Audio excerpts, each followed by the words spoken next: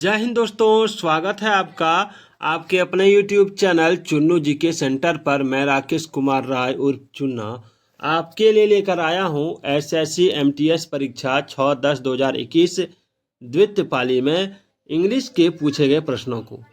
आज हम लोग इसके प्रश्नों को सोल्व करेंगे पूरा फुल डिटेल में एक्सप्लेनेशन के साथ। तो चलिए स्टार्ट करते हैं। देख सकते हैं आप, ये 6/10/2021 का द्वितीय पाली का सवाल है। प्रथम पाली मैंने डाल दिया है और फिर आपको तृतीय पाली का भी सवाल मिल जाएगा आज रात 10 बजे। चलिए देखते हैं पहला सवाल क्या है। पहला सवाल है, select the most appropriate synonym of the given word. जो सिनोनिम दिया है उसका जो ऑप्शन है उससे चुन के आपको बताना है कि क्या होगा। ठीक है, चलिए पहला आप देख सकते हैं आउटरेज्ड। आउटरेज्ड का मतलब पहले जानिए। आउटरेज्ड का मतलब होता है गुस्सा या क्रोधित। ठीक है, गुस्सा या क्रोधित। तो इसमें जो हो जाएगा वो हो जाएगा आपका एंग्री। क्या हो जाएगा? एंग्री। इसका सिनोनिम क्या हो जाएगा? एंग्री। यानी पर्यायवाची शब्द क्या हो गया? एंग्री। याद रखिएगा। ठीक है, बहुत सारे इसके सिनोनिम्स हैं, जैसे एनरेग्ड भी है। एनरेग्ड याद रखिएगा, एनरेग्ड भी है। दूसरा क्या है? दूसरा आपका एंग्री है। फिर इनसेंसेड है। चलिए आगे बढ़ते हैं। Select the most appropriate meaning of the given idiom. ये जो इडियम दिया गया है इसको उचित मीनिंग आपको बताना है। इसका आप ऑप्शन में से चुन सकते हैं। पुल समवन अप। पुल समवन अप का मतलब क्या होता है? तो पुल समवन अप का मतलब होता है किसी की आलोचना या निंदा करना। ठीक है, तो क्रिटिसाइज समवन हो जाएगा। क्रिटिसाइज समवन, ऑप्शन डी हो जाएगा। तीसरा है, identify the segment in the sentence which contains a grammatical error. इसमें आपको आइडेंटिफाई करना है, पहचान करना है कि इसमें कहाँ ग्रामेटिकल एरर दिया गया है सेंटेंस में। आप जैसे देख सकते हैं, though the schools have reopen, children are not go to school and are having online lessons. यहाँ ध्यान दीजिए, एक बार और सवाल को पढ़िए कि though the schools have reopen, children are not go to school and are having online lessons. ध्यान दीजिएगा, आप बढ़िया से इसको ध्यान दीजिएगा। यहाँ पर आर नॉट गो टू होगा क्या? आप ये जानते हैं कि आर नॉट गो तो होगा ही नहीं। ठीक है, आर नॉट गो नहीं होगा। अगर आप पैसिव फॉर्म ही बोलिएगा तो यहाँ आर नॉट गो के बाद वर्ब 3 लगेगा। तो यहाँ पर क्या होता? यहाँ पर गोइंग होता। यहाँ पर क्या होता? Are not going. ठीक है, तो यहाँ पर एरर क्या है? Are not go, option A. चलिए आगे बढ़ते हैं।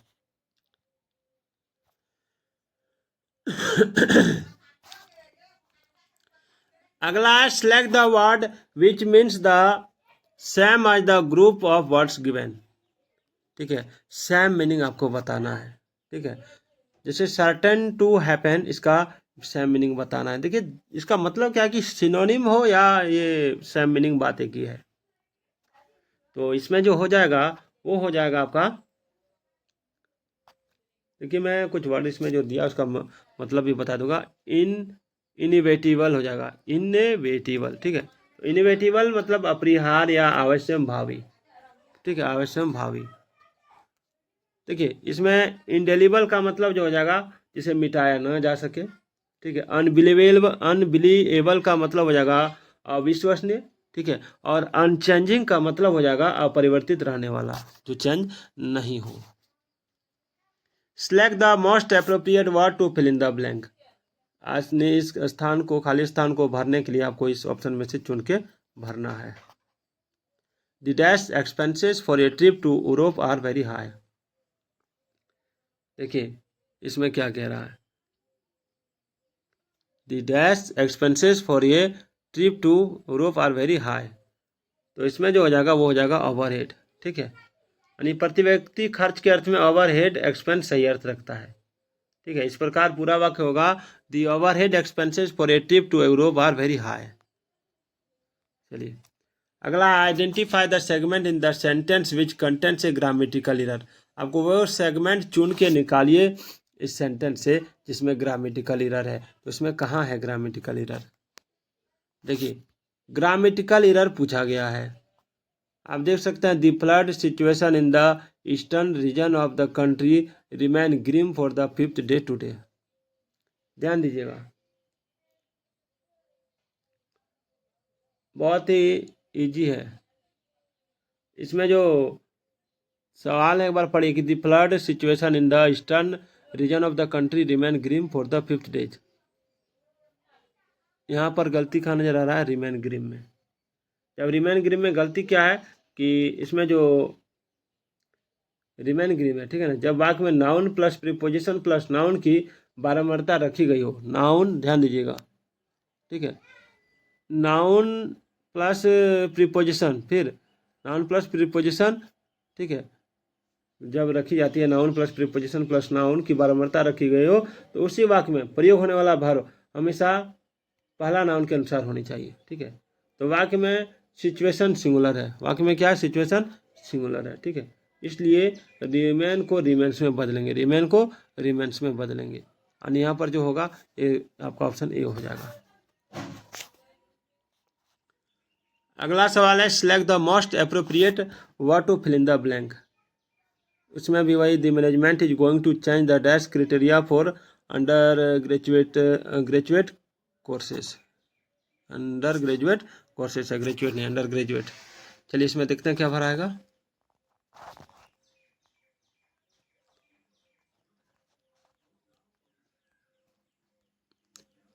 इसमें जो भराएगा वो हो जाएगा आपका अंडर ग्रेजुएट के लिए एलिजिबिलिटी क्राइटेरिया को बदला जा रहा है, तो एलिजिबिलिटी हो जाएगा, एलिजिबिलिटी। चलिए आगे बढ़ते हैं।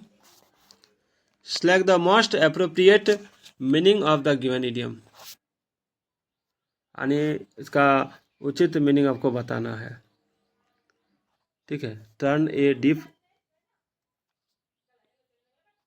ईयर, टर्न ए डिफ ईयर, ठीक है, यानी अनसुना कर देना, ठीक है। तो इसमें जो हो जाएगा वो हो जाएगा आपका option C, ignore what someone says, यानी जो कोई कुछ कह रहा है उसको इग्नोर करना। अगला है select the most appropriate antonym of the given word, ठीक है।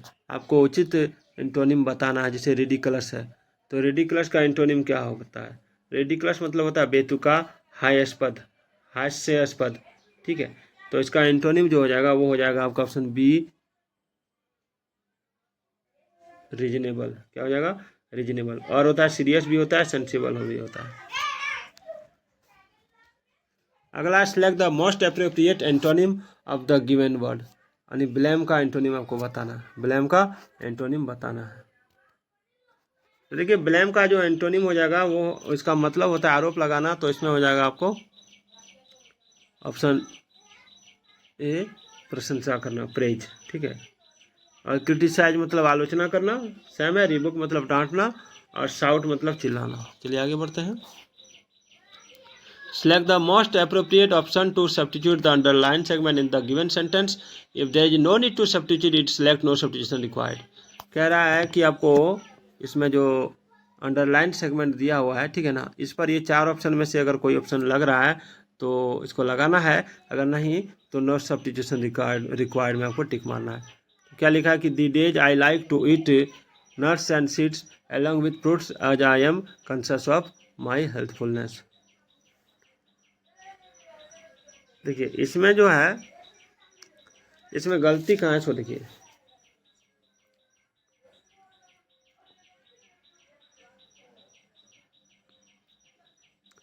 पॉजिटिव एडजेक्टिव के साथ हमेशा जो होता है ना, नाउन का प्रयोग होना चाहिए, ठीक है। तो इसमें यहाँ पर गलती है आपका, हेल्थफुलनेस, इस पर हेल्थफुलनेस नहीं होगा, इस पर हेल्थ हो जाएगा, ठीक है।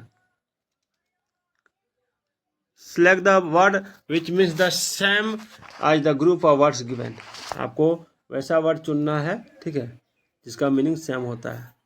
जैसे लिविंग और ग्रोविंग इन वाटर, लिविंग और ग्रोविंग इन वाटर, तो लिविंग और ग्रोविंग इन वाटर तो उसको हो जाएगा एक्वेटिक, ठीक है। Select the most appropriate word to fill in the blank. यहाँ पर आपको खाली स्थान पर भरना है जो उचित शब्द होगा, ठीक है। जैसे आप देख सकते हैं, you dash told me that you are planning to take up a course in photography and now you are denying it. इसमें क्या हो जाएगा? देखिए इसमें जो हो जाएगा, यू के साथ अगर हम इम्पेटिव प्रोनाउन लगाते हैं तो यहाँ पर योर सेल्फ हो जाएगा। क्या हो जाएगा? योर सेल्फ, क्योंकि इट सेल्फ होगा नहीं, और सेल्वेस होगा नहीं, देवर सेल्वेस होगा नहीं, यू है तो योर सेल्फ होगा।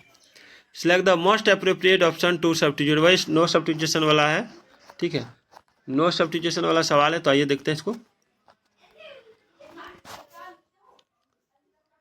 चलिए, hurry up in case you will be late for your school. कह रहा है कि जल्दी करो क्योंकि तुम स्कूल के लिए लेट हो रहे हो। तो यहाँ पर इन केस होगा या क्या होगा, ये आपको बताना है। देखिए इन केस के जगह पर क्या लगेगा, तो देखिए इन केस के जगह पर जो लगेगा वो हो जाएगा आपका ऑप्शन डी, अदरवाइज। ठीक है, जल्दी करो अन्यथा तुम स्कूल के लिए, या वरना तुम स्कूल के लिए लेट हो जाओगे, अदरवाइज हो जाएगा। ठीक है, इनकेस के बदले शैल विल का प्रयोग, इनकेस के साथ शैल विल का प्रयोग करना गलत है। ठीक है, इनकेस के साथ शैल विल का प्रयोग करना गलत है। इस प्रश्न में अर्थ के अनुसार अदरवाइज का प्रयोग होगा। चलिए, identify the segment in the sentence which contents a grammatical error. इसमें आपको ग्रामेटिकल एरर पता करना है, तो चलिए देखते हैं। I was told that we would meet at 5 in the evening, but no one has turned up for the meeting so far. तो देखिए इसमें जो ग्रामेटिकल एरर है वो हो जाएगा आपका option C, we would met. याद रखिए कि किसी भी मॉडल वर्ब्स और डू डज डिड के साथ हमेशा V1 का प्रयोग करना चाहिए। ठीक है, और यहाँ पर V2 का प्रयोग कर दिया, यहाँ पर V1 का प्रयोग होता, यह इसका गलती है। चलिए 16 नंबर सवाल देख सकते हैं कि सिलेक्ट द मोस्ट अप्रोप्रिएट, तो वही नो सब्स्टिट्यूशन वाला सवाल है, मैं डायरेक्ट ले जा रहा हूँ सवाल पर। It is much more difficult to जज वन सेल्फ देन टू जज अदर्स। देखिए मच मोर डिफिकल्ट की जगह पर क्या लग सकता है? देखिए इस जगह पर आप लगा सकते हैं नो सब्स्टिट्यूशन रिक्वायर्ड। ठीक है, चलिए select the incorrectly spelled word. Incorrectly spelled word पूछा गया है, स्पेलिंग जिसका गलती है, तो इसमें ये हो जाएगा एविएशन। स्पेलिंग हो जाएगा इसका AVIATION, एविएशन, यानी उड्डयन, सही स्पेलिंग है इसका। Select the most appropriate word to fill in the blank, यानी आपको उचित वर्ड खालिस्तान देख के भरना है। The family living next door has left for France dash it. तो सब्जेक्ट प्लस हैज का क्वेश्चन टैग इसमें क्या हो जाएगा? एजेंट बनेगा। क्या बनेगा? एजेंट, सब्जेक्ट प्लस हैज का। ठीक है, तो हैजेंट बन जाएगा कि एजेंट बनेगा, देख लेते हैं। इसमें बन जाएगा हैजेंट, क्योंकि यहाँ पर हैज है। ठीक है, चलिए select the most appropriate synonym of the given word. Antique का, एंटिक क्यों का साइनोनिम क्या होगा? देखिए एंटिक का मतलब जो होता है ना, एंटिक का मतलब होता है प्राचीन, पुरातन, तो इसका हो जाएगा एंशिएंट। चलिए select the incorrectly spelled word. आपको इनकरेक्टली स्पेल्ड वर्ड सेलेक्ट करना है, कौन सा हो जाएगा? तो इसमें हो जाएगा आपका ट्राइपल। ठीक है, इसका स्पेलिंग गलत है, इसका स्पेलिंग आप लोग कमेंट कीजिएगा, मैं इसका स्पेलिंग नहीं बताऊंगा। तो आज का ये वीडियो कैसा लगा कमेंट जरूर कीजिएगा। तो फिर मिलते हैं अगले वीडियो में, तब तक के लिए जय हिंद, जय भारत।